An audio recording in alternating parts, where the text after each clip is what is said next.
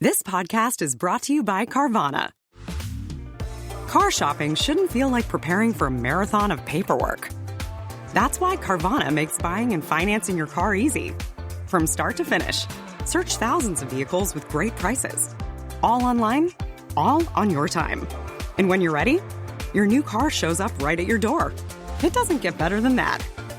Buy your car the easy way. On Carvana. Delivery fees may apply.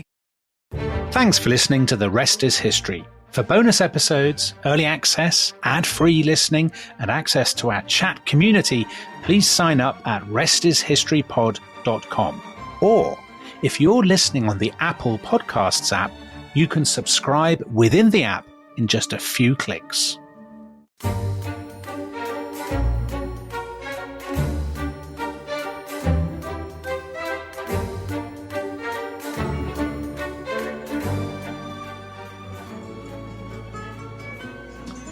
Hello, welcome to The Rest is History. As in the background, we hear the beautiful voice of Amalia Rodriguez, Dominic, a wonderful Fado singer. And I know that you are a huge fan of Fado, aren't you? It is the voice of Portugal's regret for what had once been. And it is indeed, Tom. We left Portugal not in a good state. Lost Brazil, very impoverished. And where are we in the 19th century? What is it that gives rise to Fado? Is there anything to hope for?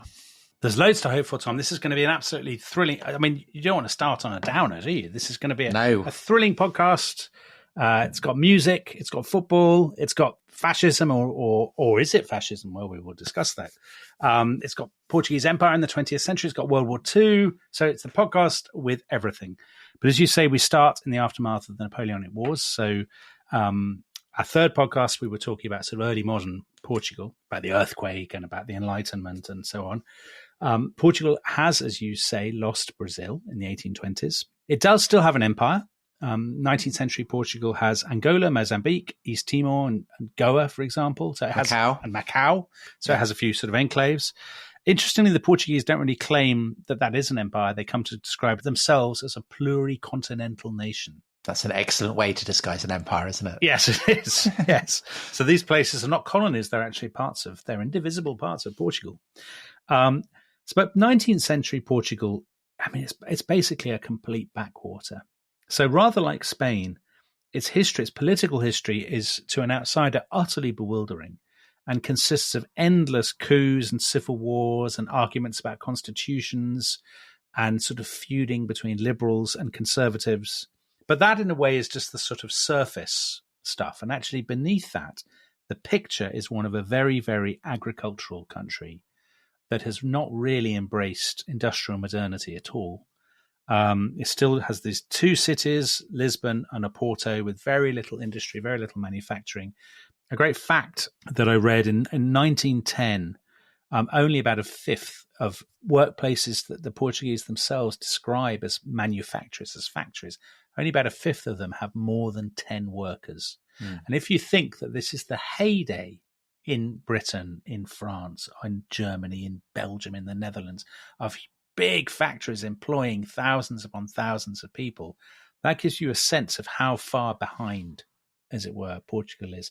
And rather like with Spain, that sort of sense of stagnation is accompanied by an enormous political turbulence. So administrations coming and going, kings and queens being deposed. And it's in this period, I think, that you get the Portuguese, you really get this sort of sense that the Portuguese have been ill-served by history, the golden age is behind them, and that their defining characteristic to outsiders comes to be this kind of melancholy and nostalgia. So that's saudade, is that right? That's saudade, yes. So for those people who, I mean, there's a great description by a British travel writer called Aubrey Bell. He was a great Hispanophile. He wrote a book called In Portugal in 1912. And he says, the famous saudade of the Portuguese is a vague and constant desire for something that does not and probably cannot exist, for something other than the present, a turning towards the past or towards the future, not an active discontent or poignant sadness, but an indolent, dreaming wistfulness. And there's this sort of sense that the defining characteristic of the Portuguese comes to be a kind of melancholy and a nostalgia and a kind of mourning for what had been, for husbands lost at sea, for ancestors who vanished into the mists of time. It's this sort of, it's actually extremely enjoyable as an outsider. It's romantic. Well, it's Tolkien-esque, isn't it? It's very Tolkien-esque. It's the long defeat, all that kind of stuff that we were talking about last week. It's weird to be going back to Tolkien, but Tolkien, that thing about the elves mourning the passing of Middle-earth and all that. So that's all Saudade.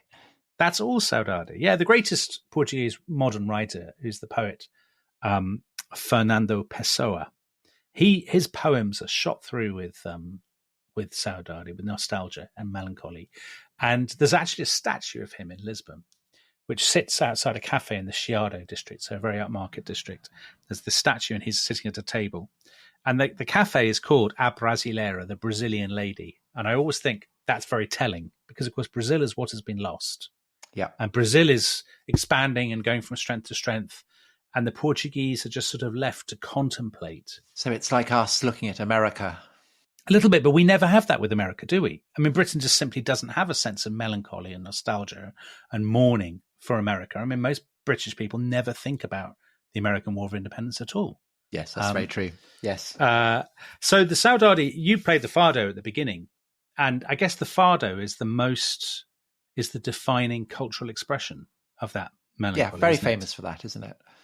So you're not really a Fado-ophile, are you, Tom? I mean, I have a terrible sense that you played it ironically at the beginning of this podcast. No, not at all. Since we started doing this, I thought this is the way to get into a Portuguese frame of mind. So I've been doing nothing but play it.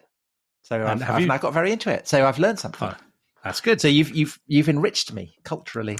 Oh, Tom, that's a nice thing to hear. I've educated you. You've educated me. Yes, you have. Yes. Well, yeah. I haven't educated myself. I've been educated by you. That makes me feel great. But that's what this podcast is all about, isn't it? It's educating you. Yeah. This is my revenge for. I was only listening today. It's a terrible thing to say that you've listened to your own podcast, but I had to go to the dentist. And I had to drag my son with me to when I went to the dentist. And I left him in the car and I left him listening to you talking about J.R.R. Tolkien. And what he found particularly amusing was that you compared me to Sam Gamgee. And when I next spoke, I said Tom, and you corrected me and said Mr. Tom to you. So the Fado discussion. Much hilarity. Great banter. Right. So Fado music, it originates in Lisbon and the port areas, people think, and it's all these ballads that are full of sort of nostalgia and stuff. The most famous Fado singer of the 19th century was called Maria Severo, and she was the daughter of a prostitute and was a sort of prostitute herself. So you get this sort of sense of it being it's the music of the streets. And the queen of Fado is Amália Rodrigues, and she is the best-selling ever Portuguese musical artist, and she. Again, comes from poverty. She supposedly sold fruit on the quays of Lisbon, and she always performs wrapped in this kind of black shawl. So she looks old-fashioned. She looks kind of nostalgic. Rocking that retro look, exactly. So she is one of the faces of 20th century Portugal. So people outside Portugal, who you would recognize, I would say ultimately there are three people. So there is Amália Rodrigues, if you're interested in music. If you're interested in sport, probably the figure Eusebio, the Black Pearl, and we'll come back to him. But the biggest figure by far, and the person with whom actually Amália Rodrigues' musical career comes to be entwined, is the man who decides that he is going to put an end to the sort of the bickering and the turbulence and the inconsequentiality of Portuguese politics. And that is Antonio Salazar. So he's a pretty strange figure, Tom, isn't he? Well, you've described him to me as the Tolkien of Portugal, which, considering that he's a highly reactionary dictator, isn't perhaps the most flattering reference to Tolkien. But no, it's not. But so we obviously we did our podcast about Tolkien last week. So Tolkien was much in my mind when I was reading about Salazar. They're born only a few years apart. Salazar was born in 1889. When was Tolkien born again? Mid-1890s, wasn't it? Salazar, he comes from a sort of, it's not a particularly rich family. His father is the manager, sort of agricultural manager for some rich landowners in the centre of Portugal, in the Viseu district. Young Antonio is very, very clever. So he studies at a seminary and he trains to become a priest, but he doesn't go through with it. Like Tony Abbott. Tony Abbott. Yeah. So in fact, he's the Tony Abbott of... he's the Tony Abbott of those Portugal. Are three men who no other history podcast has ever put together. Tolkien, Salazar, and Tony Abbott. Tony Abbott, the Prime Minister of Australia, of course, who featured in our list of Australian Prime Ministers. Who ate an onion on the campaign trail, didn't he? That's right. He thought it was an apple and then just had to follow through with it. Yes. Pretend he liked it. But I'll tell you someone else a friend of the show, who he resembles, is Anastasius, the Byzantine emperor, who stabilizes the currency. Though he's not as bald as No, he's not. No, Salazar isn't bald, but he is an accountant. So I was thinking kind of famous accountants in history. So he doesn't become a priest, does he? Salazar, he becomes an accountant. That Rest is History episode on the top 10 accountants. We're a fifth of the way. We've got two of the list. So, yes, he goes to Coimbra, the university that has played a part throughout this whole series, because it's the great University of Portugal. And he studies law and finance there, and he becomes an economics professor at Coimbra in his mid-20s. Now, this is at a time, Tom, the Portuguese, it sounds harsh to call, I don't know whether it's cancelable now to call a country backward, even if it's a country in the past, but Portugal has been left behind by industrial modernity. Most Portuguese are still illiterate. And they're short, aren't they? Yeah, because of poverty. So they are ill-fed, they're ill-housed. So the Dutch are all huge, and the Portuguese aren't. Well, exactly. So if they'd re-fought those Dutch-Portuguese wars that we're talking about, Portuguese would have been in very poor shape to take them on.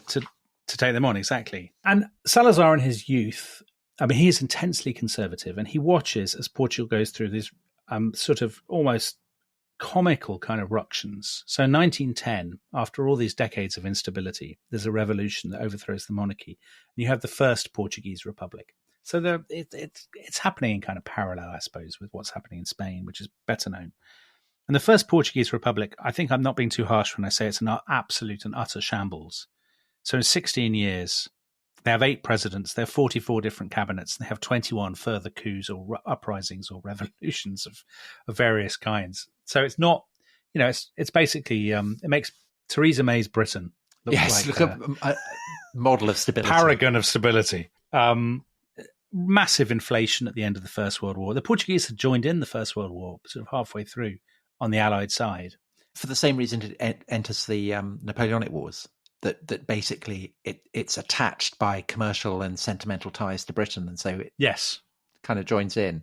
It absolutely makes sense for it to be supporting Britain and France, because obviously Britain and France are neighbours. They're closer than Germany, but as you say, for commercial reasons, and because the Portuguese Empire basically depends on the goodwill of the British. Well, I'm ashamed to say I didn't even realise Portugal had entered the First World War, and I did not know. I'm reading that 8,000 Portuguese combatants die on the Western Front, which may not sound much, but to put that in context, if that was mapped onto the United States as it is now, that would be equivalent to 400,000 Americans dying. So quite brutal. So you've got that going on, and you've got this kind of tension, presumably as in Spain, between liberals and devout Catholics. Oh, absolutely. Huge tension between the Catholic Church. It's that classic pattern that you see in Spain and you see in Latin America. Anti-clericals versus kind of clerical conservatives. And that presumably then is the backdrop for the most internationally famous thing that happens in Portugal during the First World War, which is the visions at Fatima, which is a village where a group of children who are working as shepherds, the Virgin appears to them. So first of all, it's announced by the Archangel Michael, and then the Virgin appears, and there are kind of increasing numbers of visitations. And then the Virgin announces that she's going to appear on the 13th of October. So, and did she? 1917. So this is the backdrop. The Russian Revolution is The sense that great events are happening in the world. Yeah. Well, I'll read you an account that was written by a Portuguese writer in 1952. That what happens. So this huge crowd. The Virgin has told these children that she's going to appear on the 13th of October. Huge crowds turn up. It's not just devout Catholics. It's also lots of anti-clerical kind of liberals who've come to have a sneer. And supposedly, what happens is that the crowds clear, and the sun appears, and it's kind of displaying this strange color. And then the sun starts to behave very, very oddly. It began to revolve vertiginously on its axis, like the most magnificent fire wheel that could be imagined, taking on all the colors of the rainbow and sending forth multicolored flashes of light, producing the most astounding effect. This sublime and incomparable spectacle, which was repeated 3 distinct times, lasted for about 10 minutes. The immense multitude, overcome by the evidence of such a tremendous prodigy, threw themselves on their knees. And so there's a huge debate about, what was going on. Is it a mass hallucination? And this definitely happened, Tom. Huge numbers in the crowds claim to have seen this. Right. And crowds are never wrong, as we know. Yeah. So it's of huge interest to psychologists and, mass delusions, whatever. Or maybe it was, because it's that phenomenon that makes the vision of the Virgin at Fatima so influential throughout the 20th century. And there's this idea that that there are 3 secrets, and that John Paul II is supposed to have had one. He was obsessed by the Our Lady of Fatima, and this idea that who's got the others? Well, the papacy has them, apparently, supposedly. That she revealed these 3 things were going to happen. One of which was the Russian Revolution, and then the two other great events that were going to happen. So lots of people also thought that when the in the shadow of nuclear war, that perhaps the third vision was of the Third World War. But I don't know. I'm slightly winging it here. Crikey! I want to know what the other secrets are. Of course you do. James Callaghan's victory in the 1976 Labour election. It was foretold. And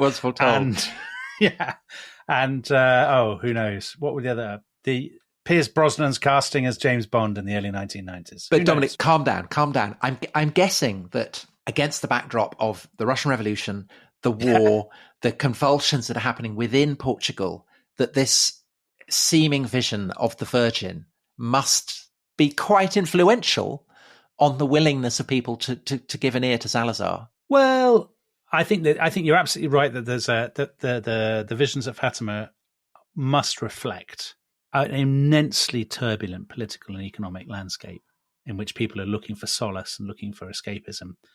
And, the 1920s are a grim decade for Portugal. The late 1910s and early 1920s are a grim time.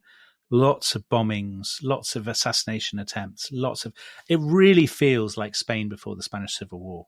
So summon an accountant. Well, so they have a coup in 1926. An army coup. The army come in to try and run Portugal's affairs. Portugal is crippled by massive, massive public debt, as well as the inflation and all these other things. And the army say, well, let's get this bloke who's the professor of economics at Coimbra to come in and sort out the economy. A top boffin. Now, Salazar has been... He was in Parliament. He'd been briefly elected to Parliament in 1921. He'd only gone once, and he'd left because he said he was so disgusted. He's very anti-parliamentary. Like General Gordon going to see a ballet. Yes, I suppose so. So the comparison with, Tolkien, the comparison is only sort of partly tongue-in-cheek. Tolkien in Britain, to give a British comparison, he's somebody who is, as we said before, very reactionary, very ultra-Catholic, very anti-modern. You said his model of politics was a kind of sacral kingship. He sees himself as a conservative anarchist and all this sort of thing. Salazar, too, dislikes parliamentary democracy, dislikes modernity. But he's not in any way an anarchist, is he? No, he's not in any way an anarchist. That is one of many differences. And he doesn't write about hobbits? No, he doesn't. Okay, there are lots of differences. He's not from Birmingham. He's got no interest in ancient Finnish. He's never read Beowulf. Dominic, I'm afraid the differences are actually mounting up. But let's park that comparison. I had thought, Tom, they were identical people, but now you've proved me wrong. So I taught you about Fado. You've taught me that they were 2 different people. Brilliant. We've educated each other. Wonderful. We have. We both learned something. Live on a podcast. They called in Salazar in 1926, and they say, will you be the finance minister. And basically, he does it for 5 days. He does it for 5 days, and then he gets on the train and goes back to Coimbra, and he says, "You won't let me do what I want, which is to cut spending and to do all these reforms. So I'm not going to do it." And actually, this becomes his modus operandi for the rest of the 1920s. They keep dragging him back and saying, "Be the finance minister and sort out the accounts." And he keeps threatening to resign. And every time he threatens to resign, they just give him more power, basically. So that in 1928, he becomes finance minister sort of permanently, as it were. And he gets from the president, who's a guy called Carmona, who's he's a Republican, and he's another Freemason, actually. Carmona basically says, "Okay, fine. You have complete right of veto on all the other departments. So you can basically be running the government from the finance ministry." And then by 1932, he becomes prime minister. And really, when I say prime minister, I mean, he basically is the government. So everybody else does what he tells. He has almost quasi-dictatorial power, even though he's only prime minister, not president. And he's only prime minister for all the decades that he's in control in Portugal. Yeah, he's never president. He's always prime minister, serving at the discretion of the president. So how is he maintaining power? I mean, what are the underpinnings? The kind of the practical underpinnings. The practical underpinnings are he does sort out the economy. So he does sort out Portugal's debt, and he starts running balanced budgets. They've had incredible turbulence. Yeah. And they recognize that he is an incredibly clever and hard-working man of this kind of flinty, slightly terrifying integrity. He also has an enormous appeal to Catholic middle-class conservatives. And of course, he's a very useful tool for the big landowners, for the army, for the Catholic Church, because they have found somebody who is exceedingly competent, who will protect their interests from socialism, Bolshevism, anarchism, and his thing is he freezes in place the status quo. But what I'm trying to understand is the degree to which he is a dictator, or whether his position in power depends on him having the backing of powerful blocs within the state. Well, I think that's probably true of all dictators, isn't it, Tom? That they actually, the fantasy that we have, which is that they're Bond villains. Well, no, because Hitler is a Führer. Mussolini is a Duce. I mean, they indisputably stand at the head of the state, and they have a kind of they claim a heroic status by virtue of that. I mean, if Salazar is just the prime minister, he's not even the president, then that is quite a difference, isn't it? This is what makes him, Tom, such a richly fascinating study, because, as you say, he appears to be in many ways.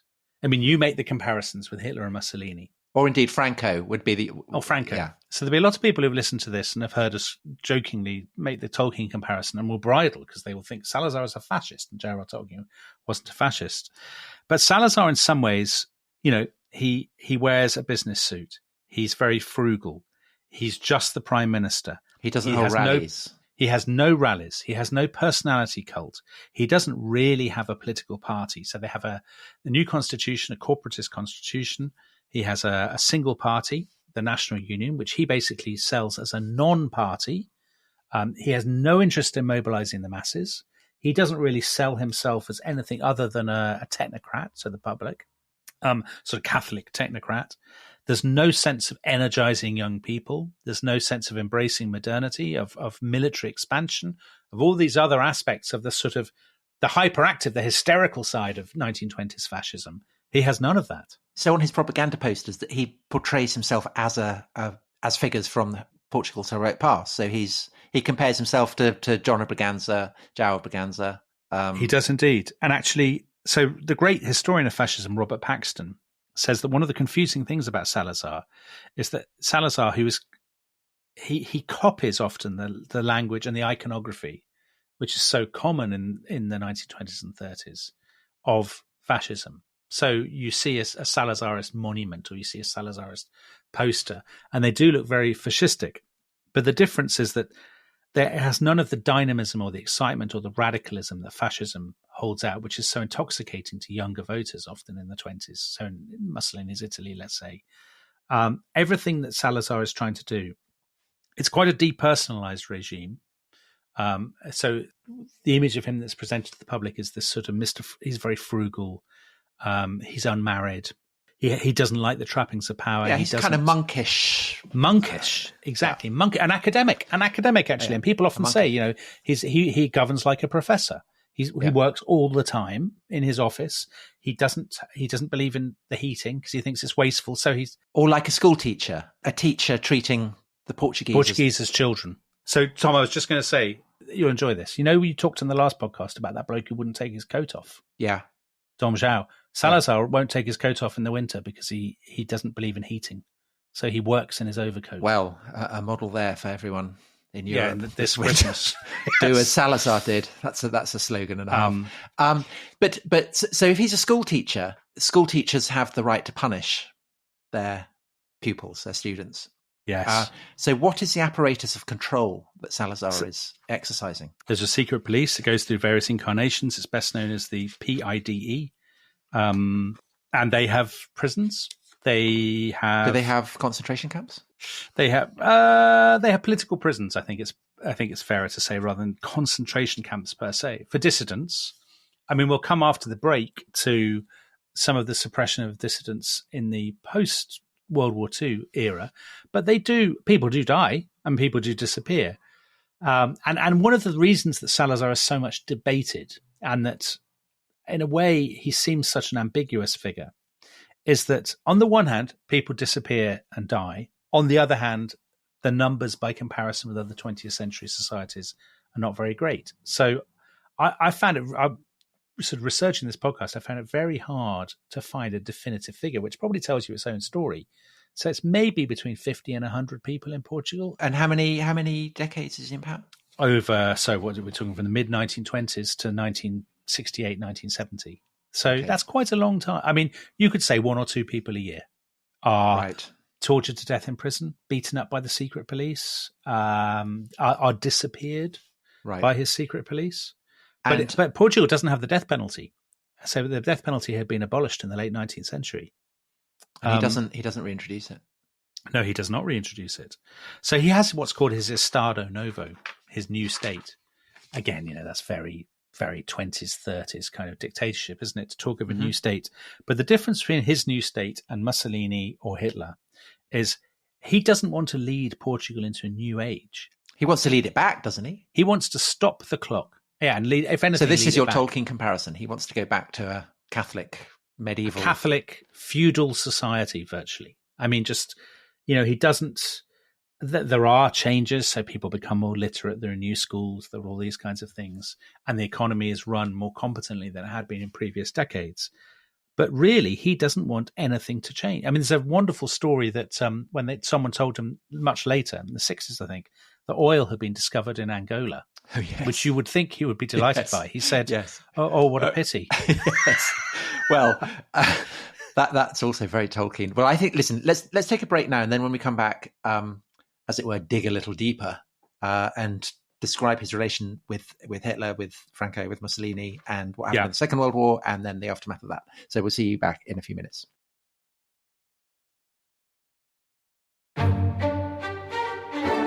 This episode is brought to you by Rocket Money. Tom, we often talk about how to organise our finances. I'm very conscious that I'm paying for a lot of mad subscriptions. And there's one thing that we've talked about often on this show. It's the thing that we probably hate more than any other, and it's a hidden fee. I would love to get my finances under control. There are all these things piling up on our bank statements, and I think I need to fix this problem. I need to sort this out and to stop this. I mean, my finances are so chaotic that I need this app. So I'll tell you what it is. It's called Rocket Money. It's a personal finance app that helps find and cancel your unwanted subscriptions. It monitors your spending and it helps to lower your bills so that you can grow your savings. With Rocket Money, you can track all of your subscriptions and you can easily cancel within the app with just a few taps, saving you time, avoiding charges. And you can also set budgets and goals and get personalized insights and regular reports to track how you're doing. They will even send you real-time alerts for large transactions, upcoming bills, refunds, and even low balances. So let Rocket Money help you reach your financial goals faster. Join at rocketmoney.com/ishistory. That's rocketmoney.com/ishistory. rocketmoney.com/ishistory.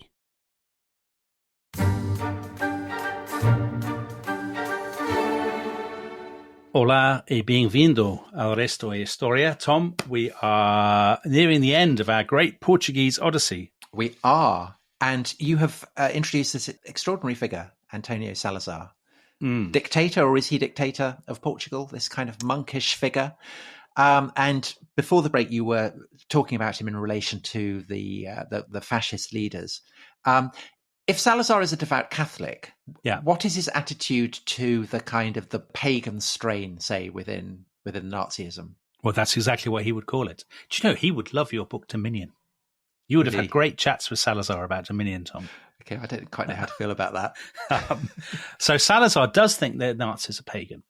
So he's a very, very reactionary Catholic, and he hates Bolshevism, socialism, all of this stuff, which he sees as godless and evil.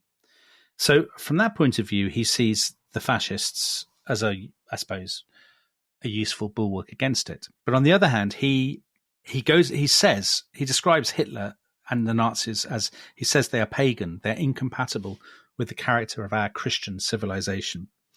There are attempts to have kind of overtly fascist movements in Portugal, as there are in every other European country. In Portugal, it's a group called the Blue Shirts. Salazar basically purges them, denounces them. He condemns, and it's interesting, he condemns what he calls their exaltation of youth, the cult of force through direct action, the principle of the superiority of state political power and social life, and the propensity for organizing masses behind a single leader. I mean, that's actually a pretty good, academic definition of fascism. And he basically says all of that is bad. He very much sounds like the kind of chap who would not be in favour of the exaltation of youth. Definitely not a man for the exaltation of youth. No. Is there something Jacob Rees-Moggish about him? No, I don't. Well, maybe I'm revealing too much about my opinion of Jacob Rees-Mogg, but I don't think there's anything at all contrived about. So Jacob Rees-Mogg loves the media, and he loves to appear on the media, and the persona is very carefully calibrated, to get publicity. Salazar hates publicity. He's genuinely monkish. He's very austere. He's not going to be giving quotes to Channel 4 News. Right. He's not rich. No, he's not. Well, he's not badly off. I mean, he has a summer house and he has his residence and stuff. But is he corrupt? He's not corrupt. He's not. No, I don't think he is especially corrupt, actually. I mean, he's definitely, he works with people who are corrupt, and like all dictatorships, his regime has plenty of corruption. But personally, he lives with this extraordinary personal life. So he works all the time. Life magazine said, very insulting to the Portuguese, actually, the American magazine Life said of him, he is everything that most Portuguese are not: calm, silent, ascetic, puritanical, a glutton for work, cool to women. But he lives with this housekeeper called Donna Maria. So she's a sort of peasant. She was initially a sort of illiterate sort of servant woman who basically stays with him as his housekeeper. Is that in inverted commas, housekeeper? Well, people have said, isn't it mysterious that he has this sort of live-in companion?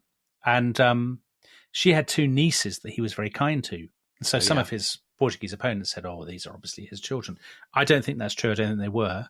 An extraordinary thing that when she died in 1981, so 11 years after Salazar, the director of the care home where she had been living decided that for the sake of her reputation, she must be basically exhumed, and he would have her examined to see if she was still a virgin. And was she? And apparently she was. So that is a very bizarre. So properly monkish, yeah. But the other comparison is, let's take the comparison not just with Hitler, but with Mussolini and Franco. Mussolini is all about strutting. It's about pomposity. It's about display and swagger and sort of almost comical kind of virility. Salazar, absolutely, it's inconceivable. You cannot picture him on the balcony addressing great crowds. Franco is incredibly corrupt. Franco is a very unlikable man. Salazar can't really stand Franco. Franco is a great show-off. He's all about, he's lots of medals, lots of pomp, lots of display. His family become incredibly rich. Again, Salazar has none of this.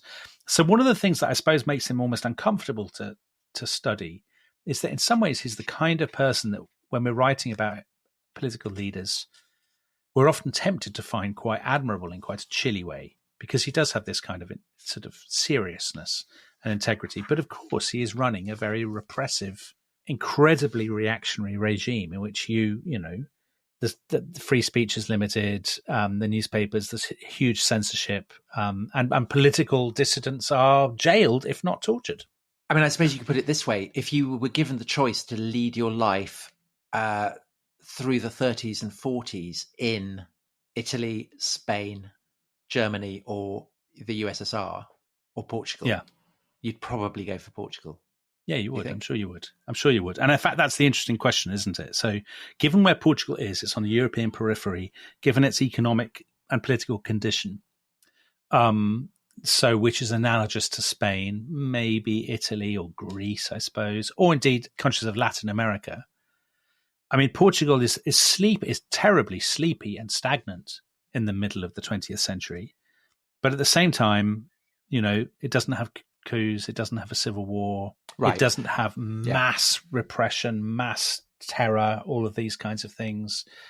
So, best of a bad lot. Maybe the best of a bad job, or, I mean, who knows? The alternative to Salazar probably was a civil war, I would guess. A happy, successful democracy. It might well have been, more bombings, more terrorism, more. And he keeps Portugal out of the Second World War? Well, yes and no, actually, interestingly. So it's basically the Peninsular War all over again. So Salazar is sort of relatively benevolently disposed towards the Nazis. He's not, by the standards of people's attitudes to the Nazis, he's so anti-communist that in some ways they could be natural allies. But on the other hand, of course, Britain is all important. So Britain, even in the 19th and early 20th century, still accounts for a huge proportion, something like a quarter, I think, of Portuguese imports. And it's a dominating kind of economic factor. So he can't alienate the British, but also he's terrified of alienating the Germans. He doesn't want to jump into bed with the British because he thinks Lisbon will be bombed and, Portuguese bases will be bombed and so on. So basically, he, right at the beginning, he squares it with the British. He says, we're still your allies, but we're going to remain neutral in this war. And the British are completely fine with that. They understand that, and they actually confirm that. They send him a kind of diplomatic note saying that's completely fine. And in fact, when Churchill comes in, I mean, the British go out of their way to say to Salazar, it's fine that you're neutral. Thank you for being neutral. So Churchill sends Salazar a personal letter in the autumn of 1940. I commend you for all you're doing. Look after your country and all this. Churchill gets Oxford University to give Salazar an honorary degree. He must have liked that, I guess. I bet he loved that. Yeah, of course. They send a sort of... They upgrade the embassy, and they send a very distinguished diplomat, Sir Ronald Campbell, to be the British ambassador to Portugal to say, look how seriously we take you. The Portuguese have a big exhibition in 1940 to celebrate the anniversary of the founding of Portugal as a kingdom in 1140 and its independence from Spain in 1640. And the British go out of their way to send the Duke of Kent, so a senior member of the royal family, to represent them, even in wartime, at this exhibition in Portugal to show Salazar how much they think of him. And what do the British get out of that? Well, they get two things. So one, they're very keen to keep getting tungsten. Portugal is a supplier of tungsten, or wolfram as it's sometimes called. And they're supplying it to both Britain and Germany. And actually there's incredible scenes at the beginning of the war where British and German agents are sort of rushing to villages to get their supply, competing to get their hands on these. It's a very good setting for spy thrillers, isn't it? It is. There's loads of spy thrillers set in Portugal, in Lisbon in the 1940s. So they get that. But the thing that they want above all is the Azores. So the Azores as an Atlantic base. And they are quite sort of, they take their time before asking for it. So really they only get the Azores. They only ask for the Azores once it's kind of obvious that they're going to win. Salazar had planned that if the Germans attacked Portugal, he would evacuate to the Azores with Britain. He'd do a Peninsular War style. Yeah. The British would evacuate him. But in 1943, the British, because the Americans keep saying, why don't we get the Azores from Portugal? The British ask Salazar for the Azores if they can use these bases. They actually have a plan that if he says no, it's called Operation Brisk. Your brother would enjoy this, Tom. They would have all these landing craft and they would seize the Azores themselves, a bit like we did with Iceland. But they don't need to do it because actually Salazar says yes. And so the British are able to, he says, as long as, you don't use any sort of Portuguese planes or you don't implicate us, you can use these bases, which we do. So the British use the Azores. So we're very grateful to Salazar for that. So that's why he stands so high in Western esteem, in sort of Anglo-American esteem anyway, at the end of World War II. When Hitler dies, doesn't he fly the flags at half-mast? Does he? I think he does. Right. So Eamon de Valera. Yeah. Eamon de Valera, yes. Yeah. And actually, he'd probably got on well with Eamon de Valera. I don't know what they seem quite similar types. Yes. Yeah. Yeah. So there we've got, so now it's the quartet: Tolkien, Eamon de Valera, Salazar, and Tony Abbott. The mad monks. But the other thing is refugees, which is really interesting. So the Portuguese saved thousands of people from Hitler. And the interesting question is whether this is because of Salazar or despite Salazar. So definitely he says to the Portuguese consuls, there are some people you should let in. So, for example, the last Habsburg empress, Zita, and her son Otto, they are rescued through the help of the Portuguese because Otto von Habsburg had actually been sentenced to death by the Nazis. He goes on to become an MEP into the 1990s and beyond. So they are rescued by the Portuguese. But there are also these amazing stories about Portuguese diplomats who basically give out thousands and thousands of visas to Jews in France. The most famous one is a guy called Aristides de Sousa Mendes, and he's the consul in Bordeaux. And he was declared righteous among the nations. Is it? Yeah, in Israel. In Israel, because people argue about how many he gave out. He may well have given out tens of thousands. Some people say that's exaggerated, but I think it's plausible. Literally sort of like confetti to people to try and get them out, give them Portuguese visas so that they can escape before the Nazis catch up with them. And actually, that guy, Sousa Mendes, when the Portuguese had this big vote to decide who was the greatest Portuguese in history, he came third. So who came first? Salazar. Did he? Salazar won 41% of the vote. Now, this is in 2007. Okay. Wow. Fascinating. So that is fascinating. I think one of the biggest margin, because there were lots of it, this TV show, for those people who don't know, was modelled on the BBC series Great Britain, and there are lots of imitators all over the world. And Salazar, I think, won with one of the biggest pluralities of anybody who did win. How fascinating. Fascinating. Okay. Yeah. So, and that's presumably because, well, as we were saying before the break, he holds Portugal together. There's no civil war. There's a measure of stability. He keeps Portugal out of the Second World War. But then going into the 50s and 60s, so into the Cold War, the Americans and NATO quite keen to have a staunch anti-communist on their side. Absolutely. He's a founder member of NATO. And so what's the apparatus of repression? Does it become worse after the war, or much of a muchness? Does it become worse? It's certainly maybe more overt and maybe more glaring. So the most famous example of this is 1958. Now, as we said before the break, Salazar was never president. He was always prime minister. So actually, he served at the discretion of successive presidents. Even though he runs the government, he is the big man.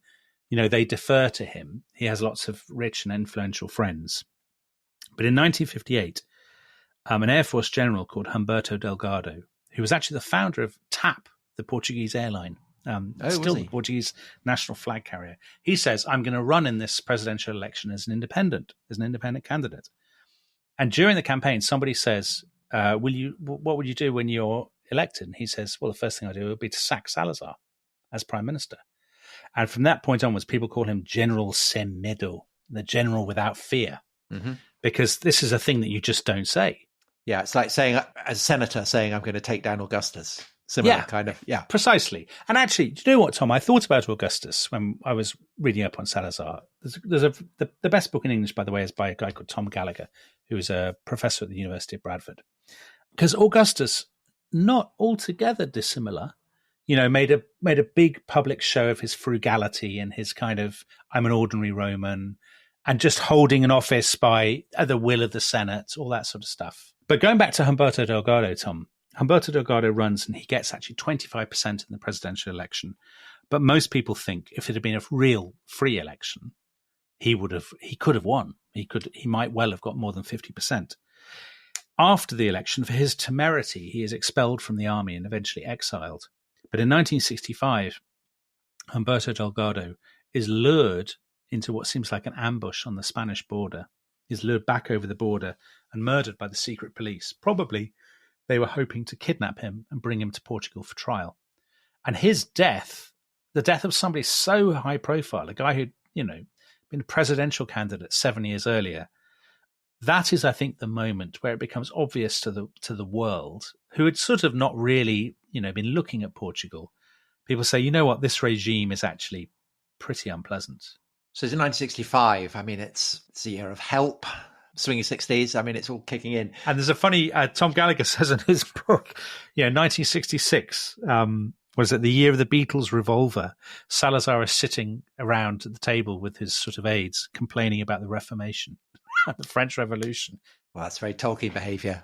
Yeah, it is very Tolkien behaviour. So to go back to the comparison with Augustus' bread and circuses, the circuses, Salazar is, as you said, a very austere figure, not a guy who you'd associate with fun. He's not Captain Fun.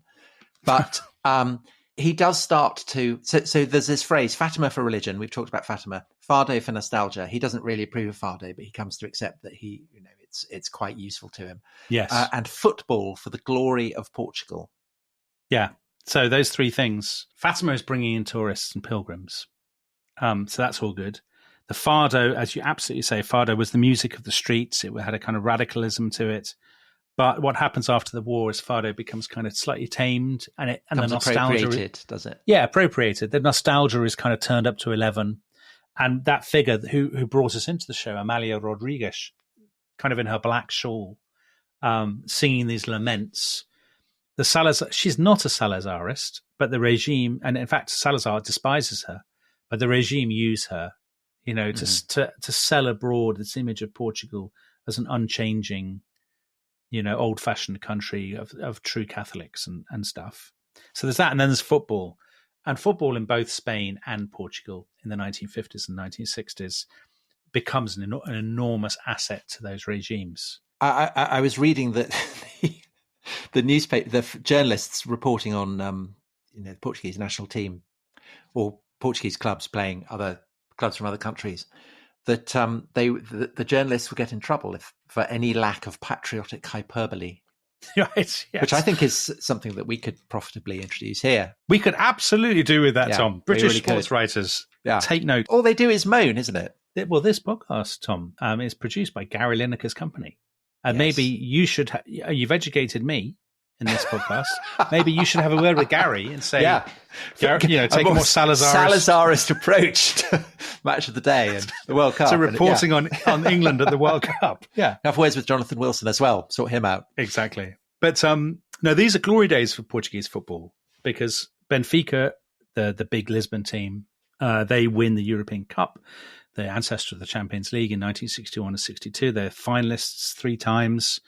After that in 63, 65, 68, Portugal gets to the semi-finals in England in 1966. And this is, of course, the heyday of Eusebio, Eusebio is probably the single most internationally famous Portuguese person before Cristiano Ronaldo. Famous for his history of the church and his biography of Constantine. Right. Well, Eusebio is interesting because, of course, he's black. So he's born in Mozambique from a very poor family. And what I think is fascinating about Eusebio is Eusebio becomes this international avatar of Portugal at a point at which Portugal's relationship with those colonies, with Mozambique, with Angola, is increasingly strained.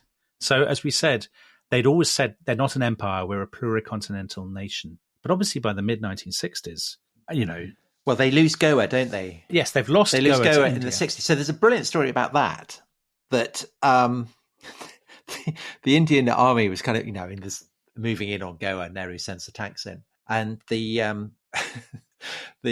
military authorities in Goa send a telegram to the general staff in Lisbon requesting sausages. And sausages is code for cannon shells. And the general staff sent a whole batch of pork sausages. So actually send them sausages. They literally sent them sausages because they'd forgotten that this was the code. Oh, so Goa falls to becomes part of India again. Yeah. And by the late 1960s, there have been uprisings in Angola and Mozambique, in what becomes Guinea-Bissau. And, the Portuguese are very dependent they're still dependent actually on Britain and on the United States. Salazar is becoming boxed in. He's becoming increasingly, his friends are South Africa and Rhodesia.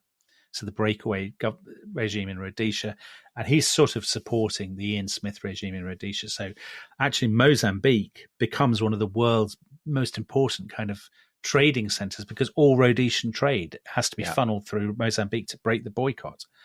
But they're spending on the army to try and fight off the sort of nationalist uprisings in Africa. Is absorbing more and more of the Portuguese budget. So in total, 8,000. So the same as similar to the First World War, actually, Tom. About 8,000 Portuguese are killed fighting in Angola and Mozambique in the late 60s. And presumably the Portuguese economy is still very much flatlining at this point. Yeah. I mean, it's grown. So all Western European economies had grown after the World War II. So Salazar's defenders will often say, look how much Portugal's economy grew in the 1940s, 1950s, 1960s. I think the truth probably is that whoever, Mickey Mouse could have been Prime Minister of Portugal and it would have grown. But you're right, Portugal's economy is still the poorest country in Western Europe. It can ill afford these African wars. And there's a definite sense, I think, by the late 1960s, that this guy who was reactionary even by the standards of the 1920s, who's still running the country. So he's still running the country in 1968. So the Soissons-Huitard are out on the streets, and the hair is long, and the joss sticks are burning. And he's fulminating against Martin Luther.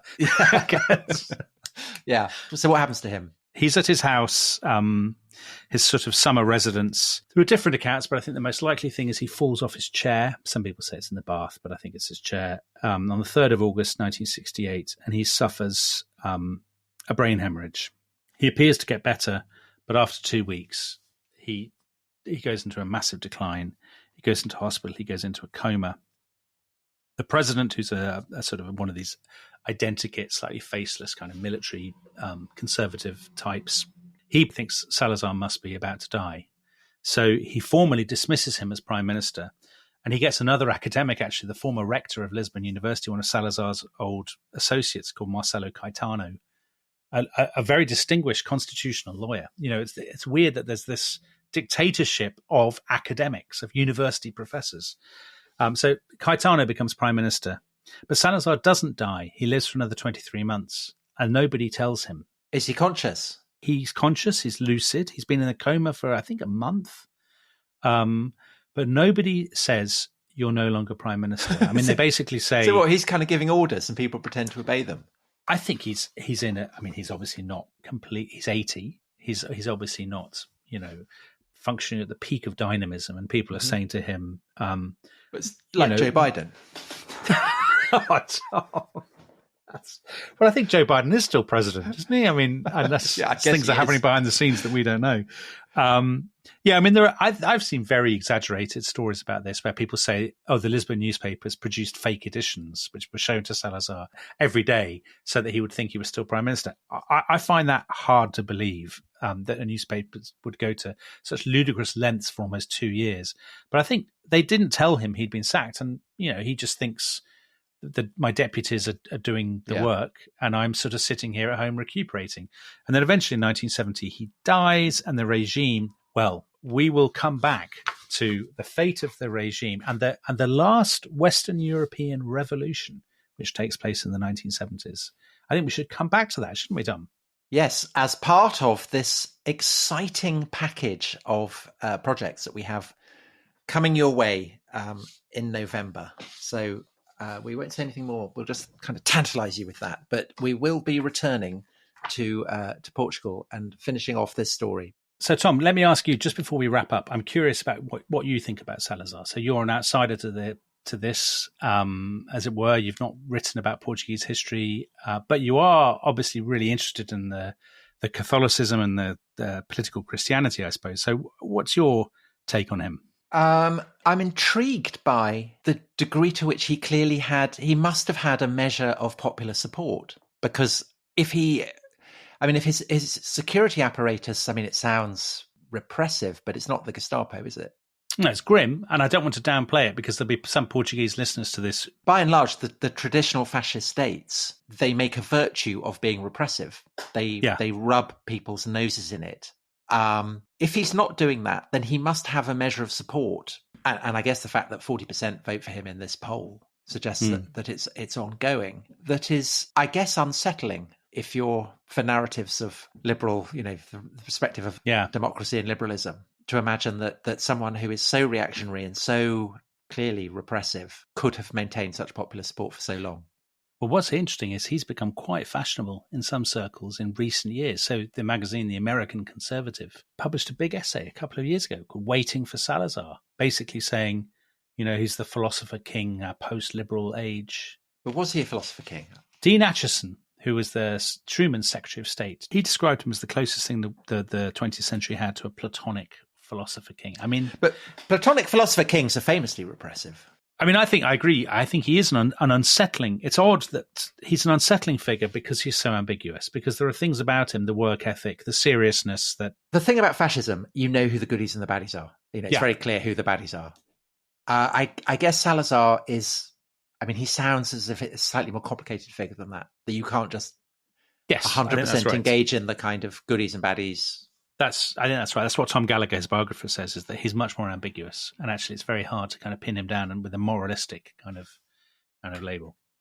Anyway, so he's not racist. Is he racist? Not racist. Not massively overtly racist, I wouldn't have said, but maybe some Portuguese listeners will know more about this than me. But I don't think the racism. He's not. So, for example, he's not overtly anti-Semitic, and people often said in the 1930s and 1940s, Portugal is unusual in having so little anti-Semitism. Now, actually, Franco, I would say, was much more anti-Semitic than Salazar was. Well, I think there was this tradition in Portugal of regretting the fact that the Jewish population had gone to Amsterdam and feeling that they'd been robbed. That, yes, that had been a terrible mistake, a kind of hankering, I suppose, for what might have been. So perhaps that's something that feeds into it. I don't know. And Tom, have you been converted to Lucifiglia after the end of our, yes. End of our Odyssey? I completely have. I really want to go to Lisbon now. Yeah. Oh, Lisbon's a fantastic city. Absolutely stunning city. One of the top. So there are 4 great cities, as you know, in Europe. There is Lisbon, as I told you the other day, Lisbon, Vienna, Stockholm, and Wolverhampton. Yeah. Okay. 2 of them effectively Portuguese cities, actually, these days. Yes, of course. Wolverhampton. Yeah. Absolutely. I will go because obviously, as I said, I associate Portugal with sunburn to my buttocks. Is that the image on which we're really going to end this podcast? I'm prepared to overlook that. You have. Okay. I feel that you have educated me, and in fact, well, to a degree, I've educated myself because I've really enjoyed reading up. I like to think we've all been educated, Tom.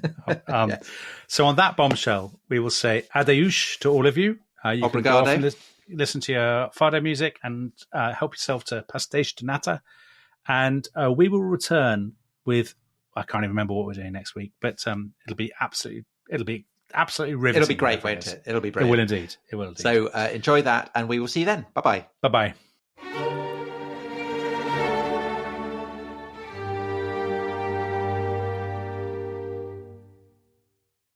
Thanks for listening to The Rest is History. For bonus episodes, early access, ad-free listening, and access to our chat community, please sign up at restishistorypod.com.